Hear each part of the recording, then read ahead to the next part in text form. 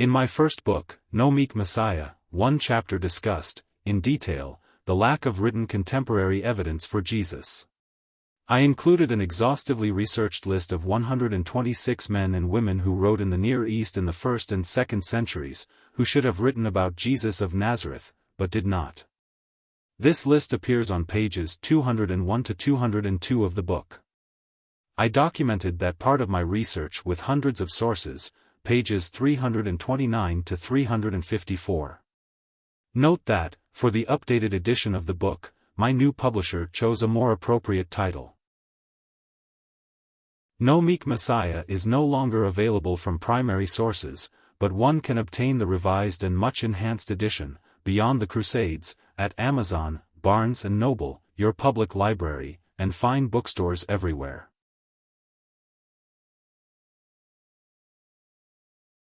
Several Christian apologists have attempted to refute my research, always failing, always mired in bias and desperation and blind faith.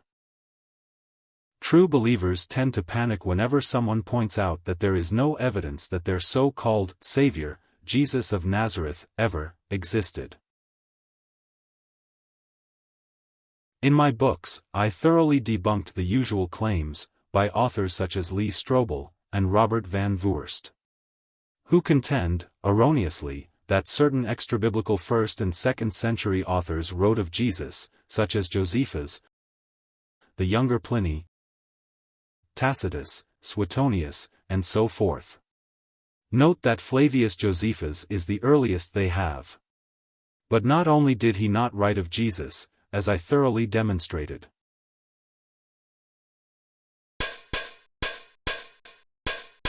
But if Josephus had done so, it would still have been about a century after Jesus' supposed birth. So, Josephus was not a contemporary of Jesus by a long shot. One particular attempt to refute my research came to my attention in 2017, written by two believing Christians, Joel Baden and Candida Moss, who co-authored an article in the Daily Beast, titled, So-Called Biblical Scholar, Says, Jesus, a Made-Up Myth. One wonders why they submitted their article to a sensationalist online website rather than a respected, peer-reviewed journal. Is that because they knew the Daily Beast wouldn't fact-check their claims? So-called biblical scholar? That seemed strange. Indeed, I do know much more about the Bible and its origins and history and forgeries and interpolations than the vast majority of Christians, but I have never claimed to be a biblical scholar. Robert M. Price, who wrote the foreword to the subsequent edition, is indeed a biblical scholar and prolific author.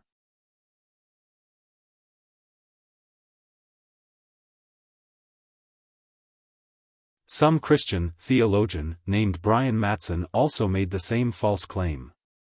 Again, I've never described myself in that way. Do these people feel compelled to lie, or are they merely misinformed, and not bothering to take the time to do proper research?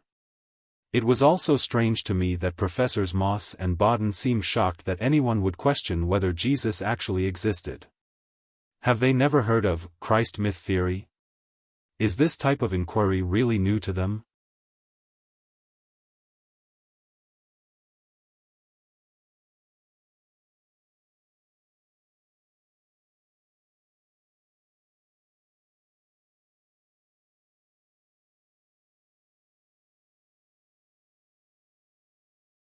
And, as they are professors at Yale and Notre Dame, let us examine the accuracy of the attempted rebuttal by Moss and Baden. Let us start with their biblical scholar comment.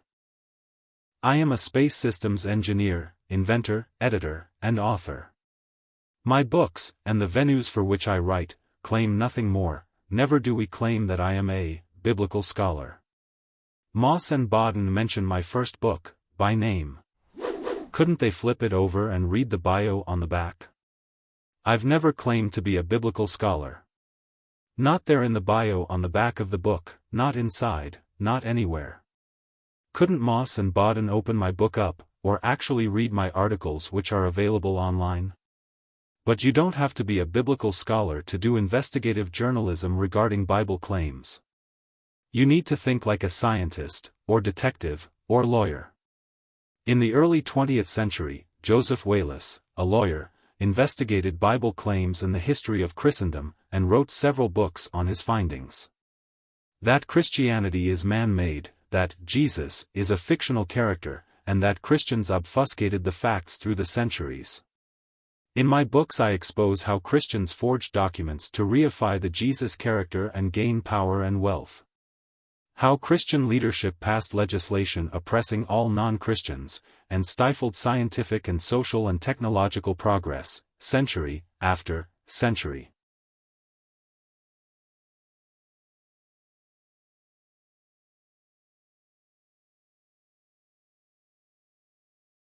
Regarding their apparent surprise that anyone might question the historicity of the Jesus character, even back in the 2nd century many people doubted his existence on earth, including several Christian sects, who believed in a Jesus in heaven but never on earth.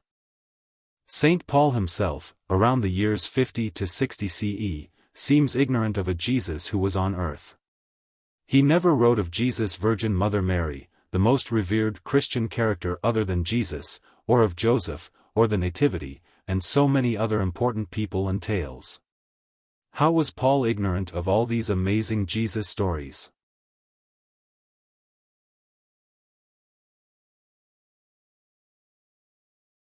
He says he spent 15 days with Apostle Peter himself, but seems to have learned nothing about Jesus. Not even the essential betrayal by Judas. Of course, beginning in the 4th century it became illegal under penalty of death, to disbelieve the wacky Jesus tales.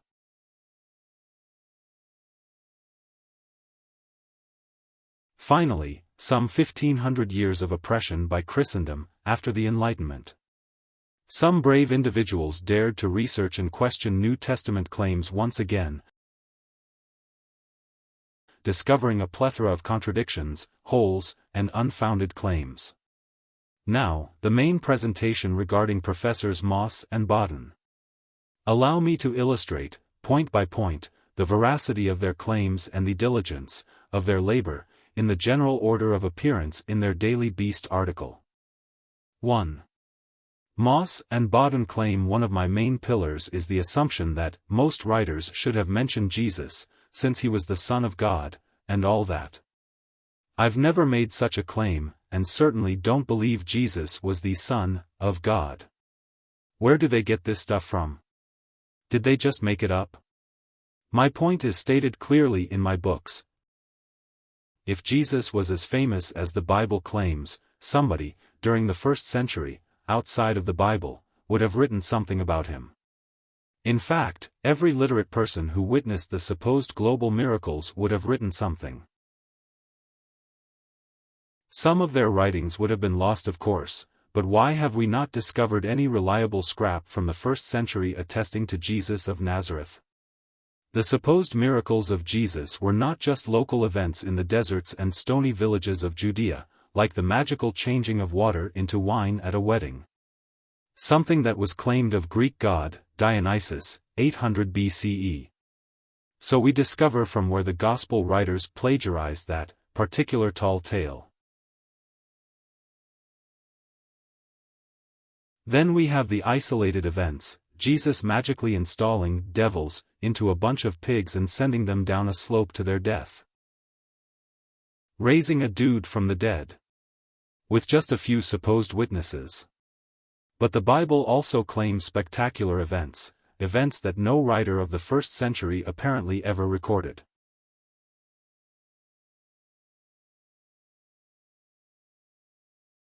Two. Moss and Baden wrote, there is nigh universal consensus among biblical scholars that Jesus was in fact a real guy. Moss and Baden are guilty of a logical fallacy here. Who is overwhelmingly most likely to become a biblical scholar?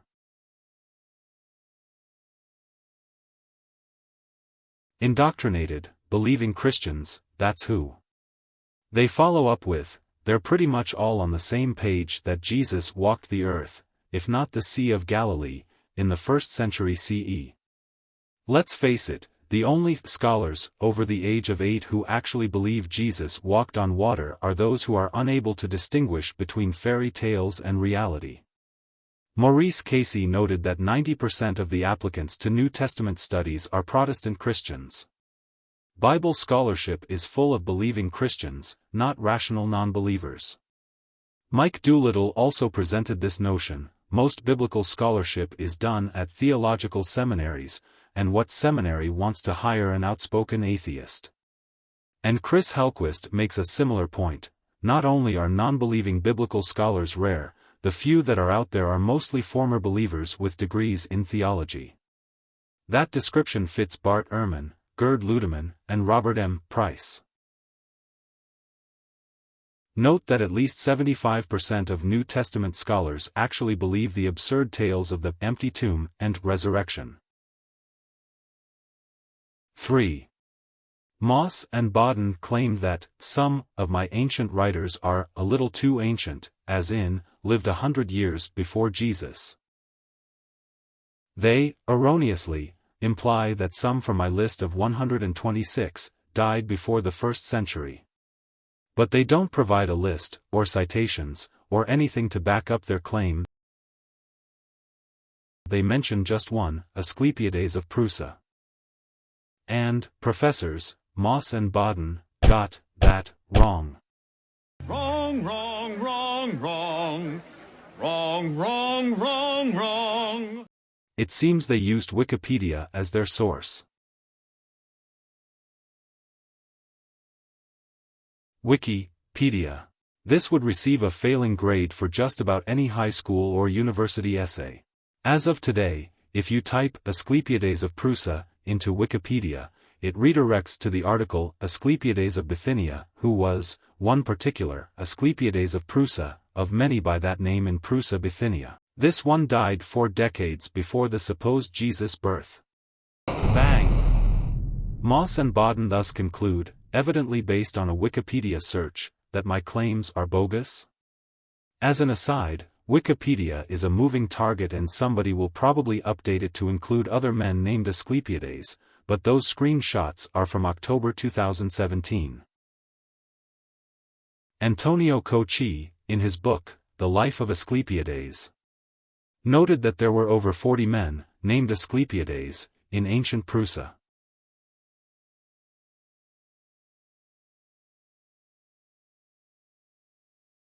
I provided a description of the 2nd century Asclepiades on page 331 of No Meek Messiah. Famed physician under Hadrian, born 88 CE in Prusa. Dear Professors Moss and Baden, in case you were unaware, Hadrian, or Adrian, was an emperor who lived 76 to 138 CE. This is after Jesus, not before. I cited biographers Joseph Thomas and John Platts as my sources. Their books are available today at Amazon, Barnes & Noble, and Google Books. Following are their entries on Asclepiades. Didn't Moss and Baden do any actual research regarding Asclepiades, beyond Wikipedia?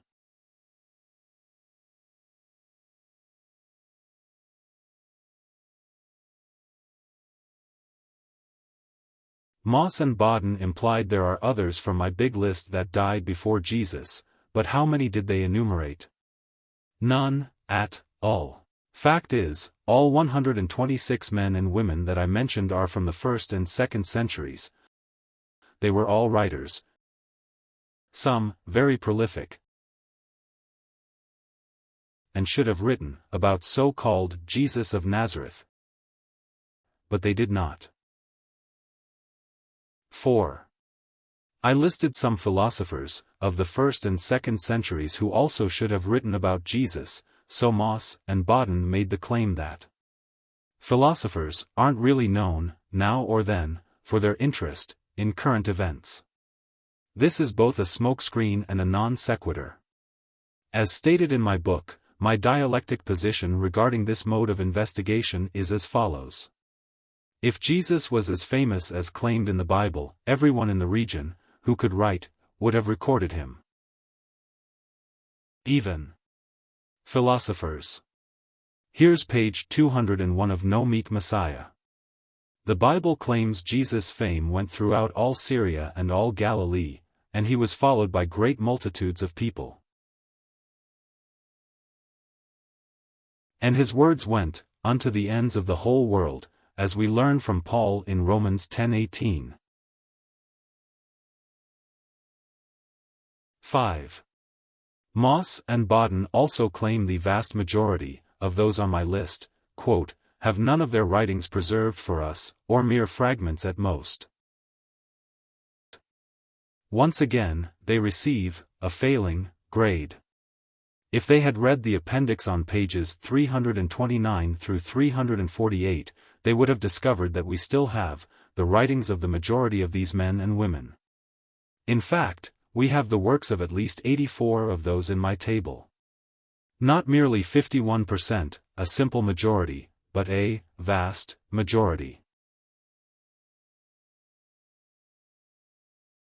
And the books of over half of these individuals are available to the general public at Amazon, Barnes & Noble, and other sources. 6. Moss and Baden claim. A good number of the writers listed were not writers at all, but consuls, generals, even a king, Vardanes I, and an emperor, Tiberius. Wait a sec. Do they really think that generals and kings never write? Are never published? Really? Are Moss and Baden unfamiliar with the books of, to name a few, King James, General Patton, General Rommel, Julius Caesar, and Claudius? King James VI of Scotland wrote books, for example, Demonology, from the 16th century. About black magic and witches. He was a superstitious Christian, influenced by the witch nonsense in the Bible. But King James was a king, and was in fact, a writer. You can buy this book just about anywhere. Moss and Baden, are you surprised? Claudius, the famous Roman general and emperor, wrote over 30 books. Moss and Baden even mention the TV series, Claudius, in their article, but they are apparently ignorant of the fact that Claudius was not just a general, or a television character, but also a prolific author.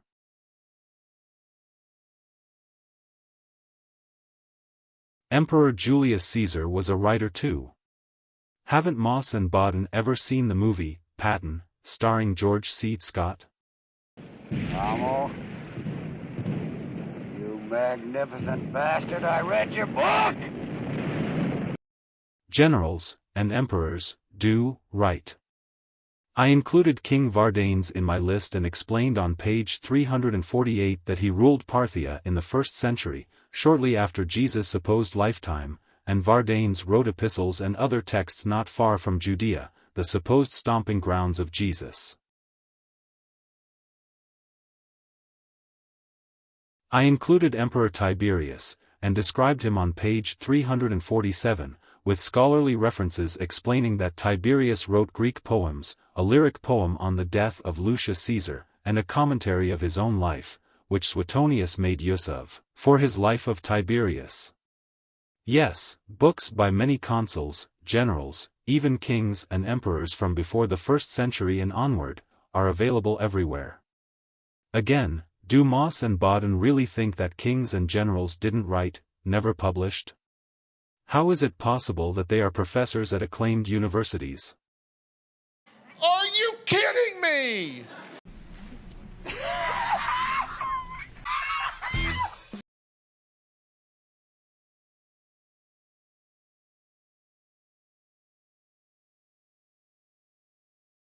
What are you two doing? 7. Moss and Baden offered this gem. In his own day, Jesus wasn't that important. He was just another wannabe Messiah who ended up on the wrong side of the authorities. I've watched some of Joel Baden's lectures and read his articles, and he is a Bible scholar, for what that is worth, and a true believer. And Professor Moss, a Roman Catholic, seems to buy the Jesus tales, too. But Professor Baden in particular seems desperate to figure out new ways to rationalize blind faith in the Bible tales. He redefined authentic truth as follows. Now, of course, often how you define that authentic truth is very much in line with what you think yourself, as opposed to what the Bible might actually say. Here is what he seems to be saying: don't believe what the Bible says, believe what you want it to say. If only we could do the same with our bank accounts. The viewer comments below his YouTube video are priceless, as nobody seems to buy into his philosophy. Here is one example: tongue firmly inserted into cheek. In fact, the comments are pretty universal in their sarcastic review of Baden's lecture. Here are more. As I've already pointed out, the Bible claims that Jesus' fame went unto the ends of the whole world. That would be astonishingly impressive if it were anywhere near true. He apparently wasn't even heard of in the region of this tiny dot. If Jesus was not that important, as Moss and Baden claim, are they admitting that the Bible assertions are lies? 8. Moss and Baden wrote, "The argument isn't improved by saying that Jesus was a God who should be able to journal in his leisure time. Deities don't write things by hand. They tend to let human beings do the brunt of the transcription. You feel me, Moses? Really? Gods don't write things by hand?" One wonders the precedent for this claim. From where did Professors Moss and Baden derive information on the activities of deities? Mermaids and werewolves don't write either. What does that prove? Maybe Moss and Baden can take the time to inform us on the writing rituals and toilet habits of leprechauns too. That would be most informative, I'm sure. 9. Moss and Baden declared, "Popovich has written nothing about himself, we have no biographical data on him." In truth, it is hard to find almost anyone with less of a web presence than Michael Popovich, including, for the record, no Twitter account. Funny how they took the time to write an article attempting to refute the research of a nobody. They fear I'm onto something. It is true that, at the time their article appeared in the Daily Beast, I had only published about 25 articles in various humanist and philosophy journals, and a couple dozen in science and technical journals. But, don't they know how to use Google? That would have provided them with biographical information they claimed is non-existent. For some reason they consider my web presence to be a point of pedigree. Yet, we created the Meek Messiah web page 2 years before their article. We removed most of the content due to the new edition under the updated title, Beyond the Crusades, with a new website.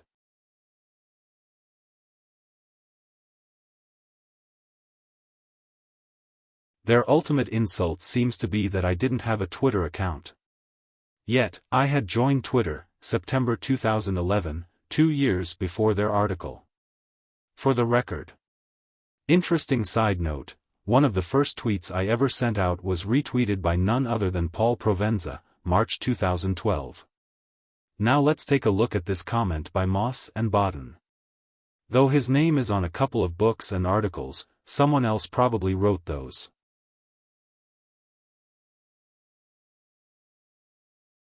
So they indeed have read some of my articles then?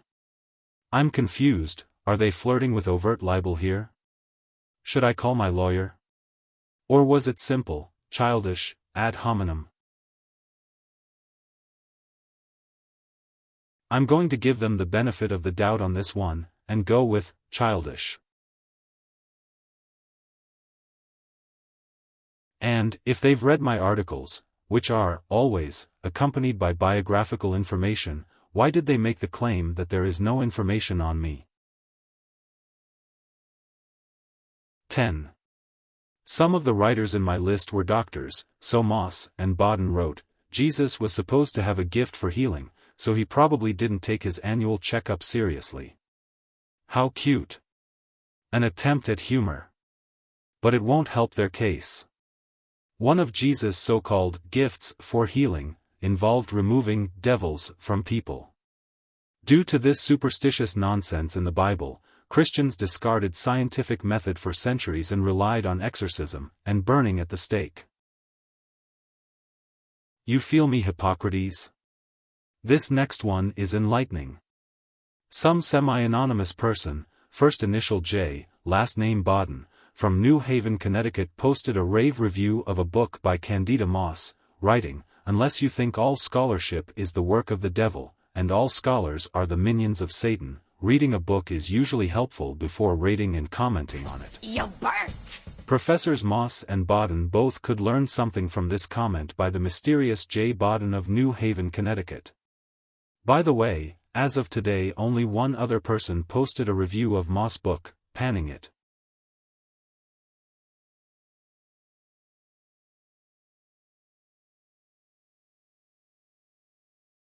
One wonders whether Moss and Baden follow standards of intellectual integrity and rigor that, I assume, must be required by their esteemed universities, Yale and Notre Dame.